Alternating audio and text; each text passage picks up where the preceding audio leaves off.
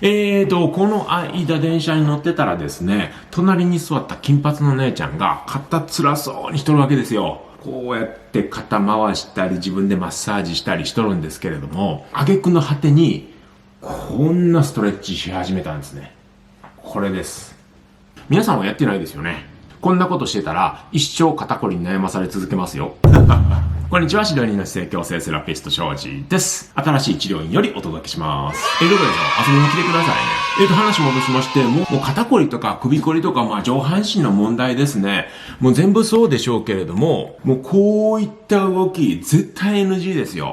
あんまりやらない方がいいのって聞かれますけれども、そうじゃなくて、やったらあかんのですよ。もう一生やったらあかんのですよ。もう詳しい理論とかね、実践はこの辺にリンク貼っておきますんで、そちらをご覧ください。とにかく腕の内旋、腕を内側にねじることを内旋って言うんですけれども、腕の内旋は本当に悪いです。これは悪です。もうこれはあかんやつ。完全にあかんやつです。ましてやそれを内旋して伸ばすとかもこれ最悪です。火に油どころか火にガソリンですよ。ね、消えないっつってアホかって当たり前やろうと。で、この時の問題の根っこは何かというとですよ、もう自分がかけているもの、消化したくってかけているものが水だっていうふうに誤解しちゃっていることですね。その無知と誤解があるからこそ、長い間肩こりに悩まされ続けることになるんですよ。そんな感じで問題の根っこが無知と誤解であれば、解決する方法はたった一つ。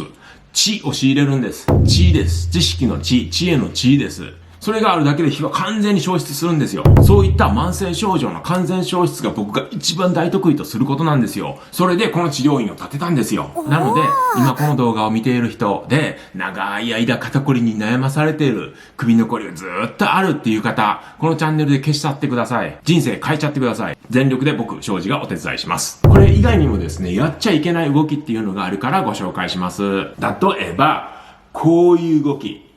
こういう動き。よくね、スポーツジムの広告とかにもあるでしょ。これ。こういうやつ、よいしょってやるやつ。もうこんなん一生飽きませんよ。こんなの現代人は一生やらない方がいいです。あとはヨガにあるやつ。こんなポーズ。こんなやつ、できなくってもええですっていうか、やらない方がいいです。ちなみにヨガの先生とかうちにやってきますから。肩こりとか腰痛で。それが真実です。あとは巷で流行っている肩甲骨剥がし。ね。剥がしてどうするみたいな。肩甲骨っていうのは正しい位置に来てたら肩こりだとか猫背はないんですよ。これが離れた時、肩甲骨と肩甲骨が離れた時、すなわちこうなった時に横から見ても一目瞭然猫背になります。腕は内旋しています。こうなった時に肩こりになったり肩甲骨の間が痛くなったりするんですね。あれは伸ばされて痛いんですよ。なんで伸ばされて痛いものをさらに伸ばすって感じですよね。なので、こういう肩甲骨剥がしだとか、あとこういうのもあるでしょ。こういうエクササイズ。絶対ダメですよ。こんなのやればやるほど体壊れますって。これが得意なアスリートも怪我に悩まされてますからね。誰か言ってあげてもらえませんかね。あとは首こうやって曲げるストレッチ。これも良くないですよね。猫背にもなるし、首猫背にもなるし、もうかっこ悪くなりたいっていう人にはおすすめです。もうそれ以外の人はね、一生やらなくていいですからね。あとは腕組みできるだけ避けてください。同じ理論です。後ろ腕組み。これは良くないです。後ろ腕組み。これはよろしくありませんね。で、ちょっと場所を変えて、で、四つん這いになって、こういうストレッチもあるじゃないですか。胸椎の部分、この背中の部分を思いっきり後ろに反らすやつ。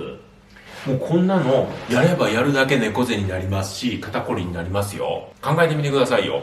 猫背を作っているんですよ。ってことはこれ毎日やり続けていたら、もう年取ったら、こういうようなじいちゃんばあちゃん、こうなっていくのが簡単に想像つくでしょ。絶対やったら飽きませんって。あとこれも結構たくさんの人がやっていると思うんですけれども、椅子に座った時、手を内旋させて、この手の甲の上に足を太ももを置いて座る人、ほんって何気に座ってる人多いでしょ。これももちろんダメです。だって腕を内側にしてますからね。肩甲骨何が起きてます？こんな離れてますからね。猫背を作ってます。まあ同じ理論でね、ベンチプレスとか腕立て伏せとかも本当に体には良くないですね。できるだけやめた方がいいと思います。人間が必要としているかって言われると、まずしてないですね、あれはね。大胸筋鍛えて何になるんだって話ですよね。まあ、見た目をね、良くしたい。見た目を良くして自信をつけたいっていう気持ちはわかるから、それはそれでいいんですよ。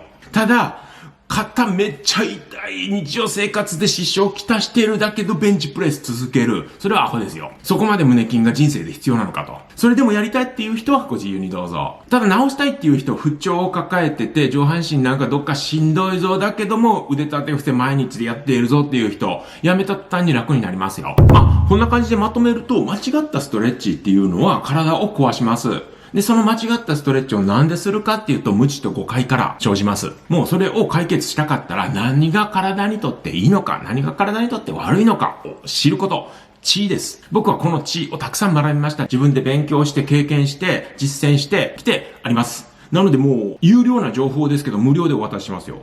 有料だけど、俺は有料で仕入れて、それを有料な情報にして、無料で渡してるわけですよ。なんかよくわからんけど。有料で仕入れた有料な情報を無料で差し上げます。なんか出来損ないの早口言葉みたいな。まとめると、その知が皆さんを健康に豊かにしますよっていう話ですよ。もう生きとし生けるものすべてのものに回復する能力っていうのが備わっているんですよ。自然治癒力です。もう包丁で指切ったら治っていくじゃないですか。もうそれ自然治癒が治してくれるんですよ。もうすべて回復するようにできているんですよ。だから慢性的な肩こりを持っているっていう人は何かしら日常生活で悪いことをしているんです。回復を阻害するようなことをしているんですよ。で、それに気づいた瞬間から人生激変しますからね。ならば、肩こりにとってどういうエクササイズをしたらいいのかっていうのは僕が過去に配信しました。これとかこれとかこれとかこれ。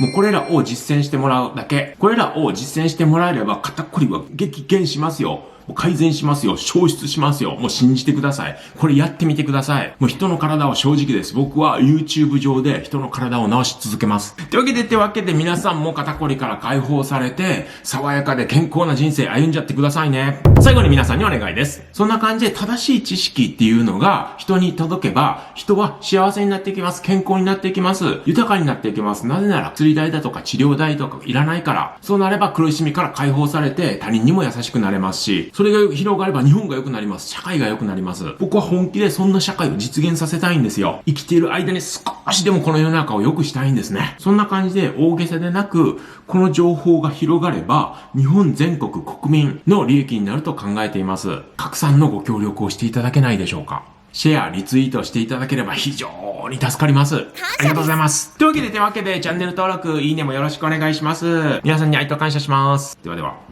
PC をするときの正しい座り方。これをなんか一瞬で引っ込める。ももの前が腰痛を作っていたことですね。これが骨盤の歪みだと僕は思います。肩こりは無知から始まるんですよ。その無知をなんとかして、小嘘でもなくて中嘘でもなくて大嘘です。大嘘です、これは。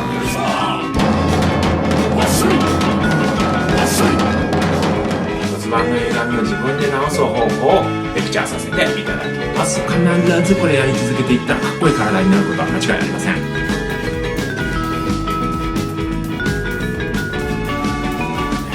周りがしんどい人にめちゃくちゃに有効なエクササイズだと思うんで、もうこれ全然結構胸張れてますね。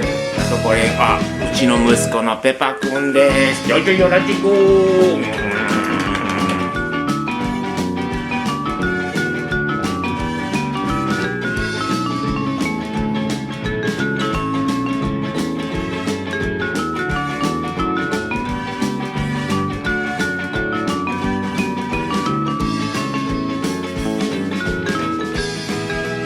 よろしくお願いいたします。